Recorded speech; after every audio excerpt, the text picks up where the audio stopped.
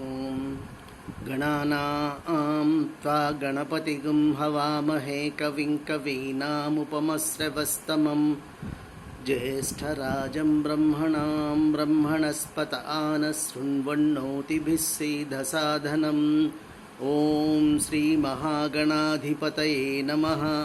प्रणो देवी सरस्वती वाजेभिर्वाजिनीवदी दीनामवित्र्यवतु वाग्देव्यै नमः।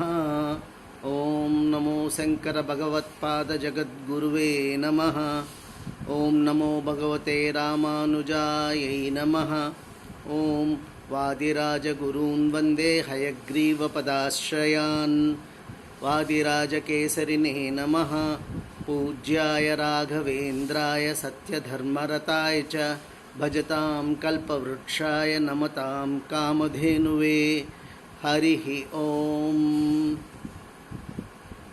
ॐ व्यासाय विष्णुरूपाय व्यासरूपाय विष्णवे ॐ श्रीव्यासभगवाने नमः।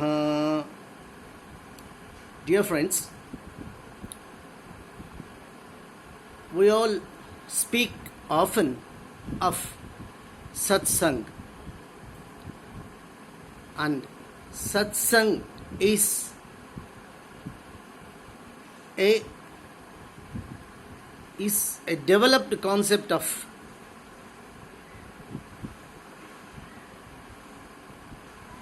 recent times. Satsang means generally Sat, which means Sat Swarupa, Sat Guna, Sadachara, or summarizing all this, Bhagavan. Sangatvam. Sangatvam means meeting the people who know all these things to discuss regarding the Lord.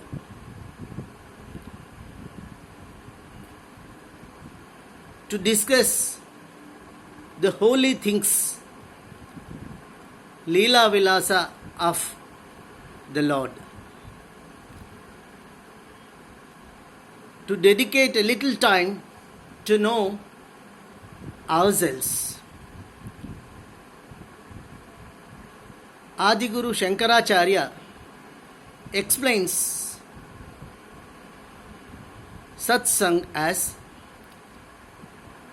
sangam satsuvidhiyatam bhagavato bhaktir drudhadimatam santyadi parichiyatam दृढ़तरम कर्मासु संत्यज्यताम सद्विद्वानुपस्पप्यताम प्रतिदिनं तत्पादुका सेव्यताम ब्रह्मैकाक्षरमर्दनं श्रुतिश्रवणात् समाकर्ण्यताम. In fact, he defines, he has given an explicit definition of what satsang is. Sangam Sat Suvidheyatam. So meeting the people who have Suvidheyatam, who have always a great faith in the Lord. Lord means Almighty, and to develop that further, we meet to have a firm devotion, to develop our divinity towards Him. Drudhataram karmasu santyajyatam. So we meet to discuss regarding the Lord, to know sadvishayas, holy things, for our spiritual development, leaving the physical thoughts and physical world. Next, Santyadi Parichiyatam.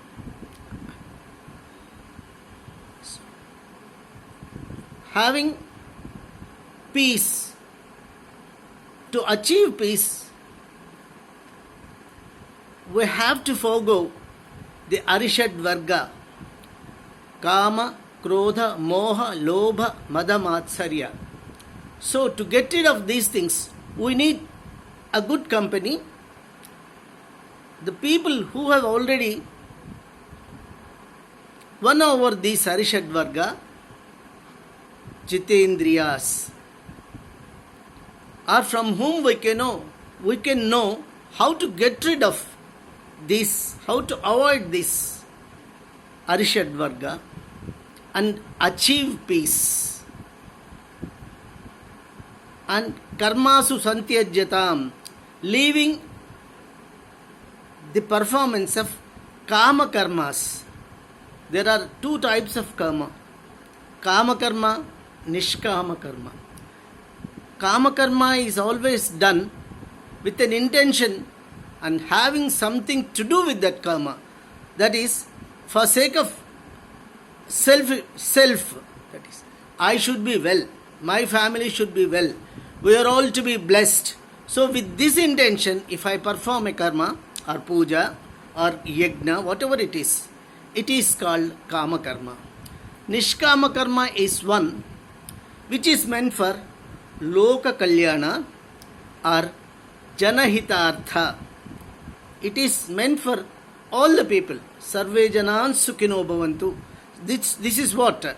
So leaving other than this self and performing the karma for welfare of society, the other people, it is nishkama karma. So kama karma should be sacrificed. So we should discuss the ways in which the kama karmas should be sacrificed. Karma susamtyajyatam, sukarma samtyajyatam, we have to sacrifice. Sadvidvan upaspapyatam. Sat vidvan, a vidvan, a scholar or a teacher or a preacher or a saint who knows of Sat,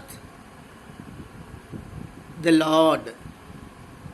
Vidvan upaspapyatam, we approach him. Pratidinam tatpaduka sevyatam, and we have to bow before his holy feet. Here it indicates that we have to forego our ahankara. When once we go and bow our hands and our head before somebody, it means that surrendering ourselves to that holy person. So by doing this, we'll be overcoming the ahankara that is available, arrogance with us. And sadvidvan upaspapyatam pratidinam tatpaduka sevyatam. So daily we have to bow before his feet and follow the footprints of him. And finally, brahmaikaksharamardhanam. Brahmaikaksharam. So aksharam is one which cannot be destroyed. It remains always. Akshara Brahma. It refers to Omkara, which represents Akshara Brahma. So we have to do Nitya Omkara Japa or Tapa or meditation simply, because both these Tapa is not possible in nowadays. So we should meditate with Omkara, Sat and Shruti Siro Vakya Samakarnyatam. The gurus, the spiritual gurus, they have taken 4 great sentences from 4 Vedas. Those sentences they indicate the Brahma Gnana. In fact, these four great sentences are, the first one is Pragnanam Brahma from Aitara Upanishad. Next, Tattvamasi, it is from Chandogya Upanishad. And Ayam Atma Brahma, it is taken from Mandukya Upanishad. And Aham Brahmasmi, it is taken from Brihadaranyaka Upanishad. Pragnanam Brahma, which means Pragnana. Pragnana is something, the eternal knowledge, the spiritual knowledge that takes us nearer to the philosophy of God. Satyam Gnanam Anantam Brahma. And it is said, Brahma Vida Apnoti Param. Taittiriya Upanishad says this. So, a person who gets the awareness of Brahma Gnana becomes Brahma himself. But it's not that easy, because again the same Upanishad says in the next sentence, Satyam Gnanam Anantam Brahma. So, a fellow who gets the awareness of Pragnana will be nearer to the God. In fact, he himself becomes the God. Next, Ayam Atma Brahma. Ayam Atma, this stage, in fact, it is explained in Mandukya Upanishad. Mandukya Upanishad speaks of Avasthatraya. There are three avasthas as admitted by the Shastras: Jagrada Avastha, Swapna Avastha, Sushupti Avastha. Jagrada Avastha, we are fully aware, we are conscious, the state of conscience. Swapna Avastha. Swapna means when we sleep, we get some things we see in the Swapna. We dream about things. And it will be as usual as you face in the real life. You see the same instances. You speak, you dance, you enjoy, everything will be there. But the moment you are disturbed, you will come back to the original physical world. So, Swapna Avastha. Next, Sushupti. Sushupti is a stage in which you have completely no contacts with brain or any other things. You forget everything.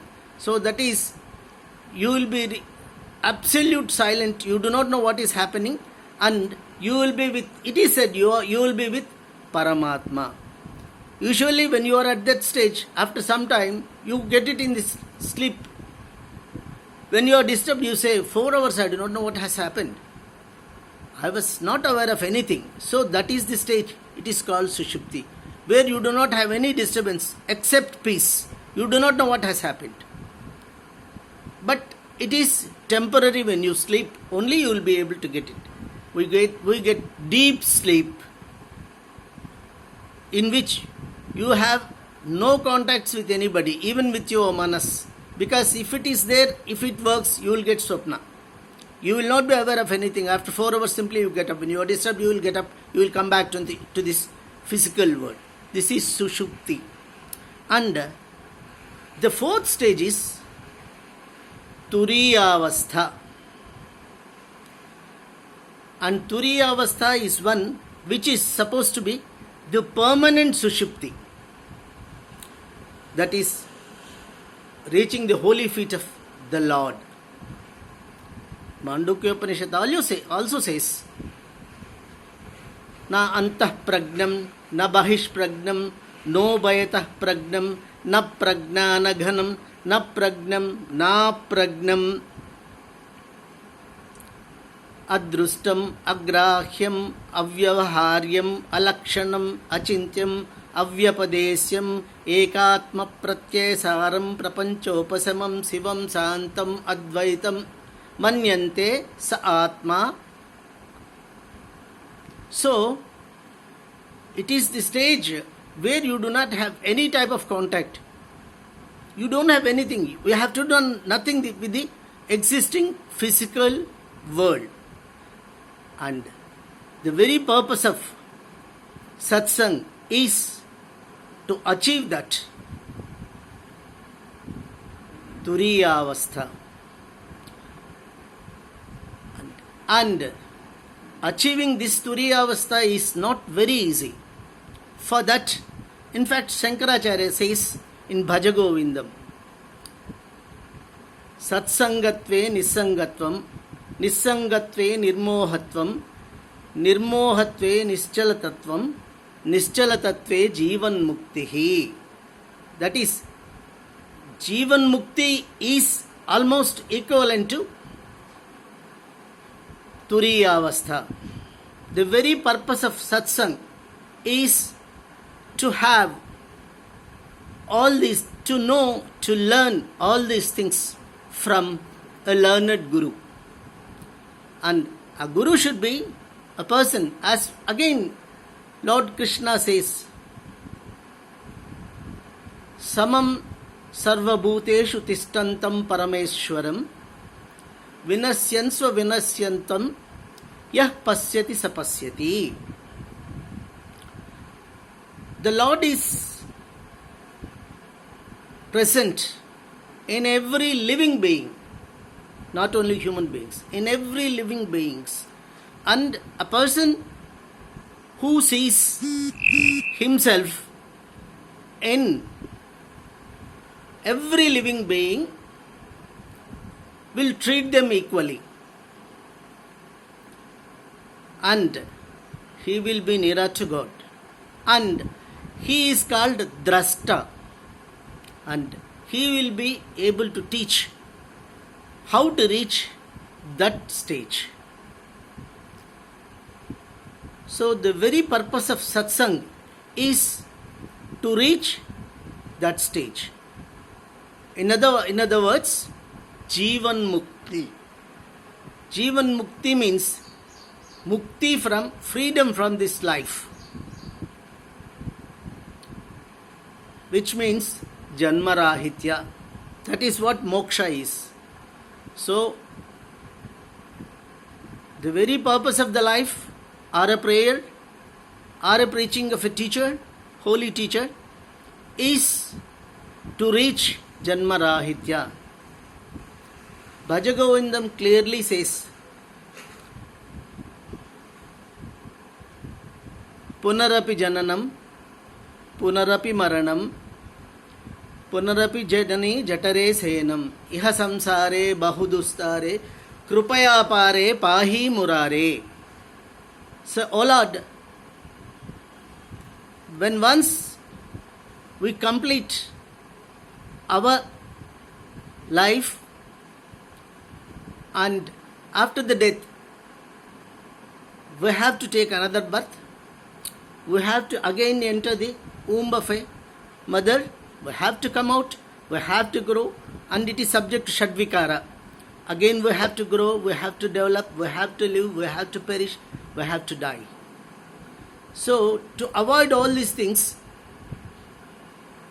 let me stay with the Lord only instead of going back to a Janma. That intention is mumukshatva. A person who prays, who intends to get moksha is called mumukshu. For this, essentially, we need to reach the holy feet of the Lord.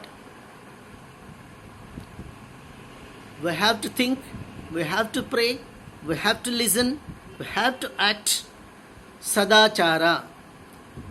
And this is possible only when we meet the people who are aware of Sat and improve our spiritual knowledge and develop an intention to do sukarma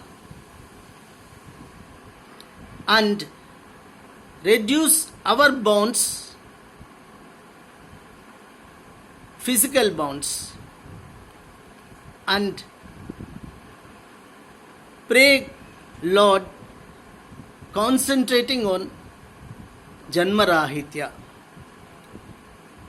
If this is to be done, we need the company of holy and God related mind oriented people, including a guru. We should join them, we should form a group, and we should discuss, and we should approach guru. In fact, here approach means it is seeking an asylum, surrendering ourselves to a person who knows Sat. This not only leads us to the spiritual development, but also helps us in reaching moksha.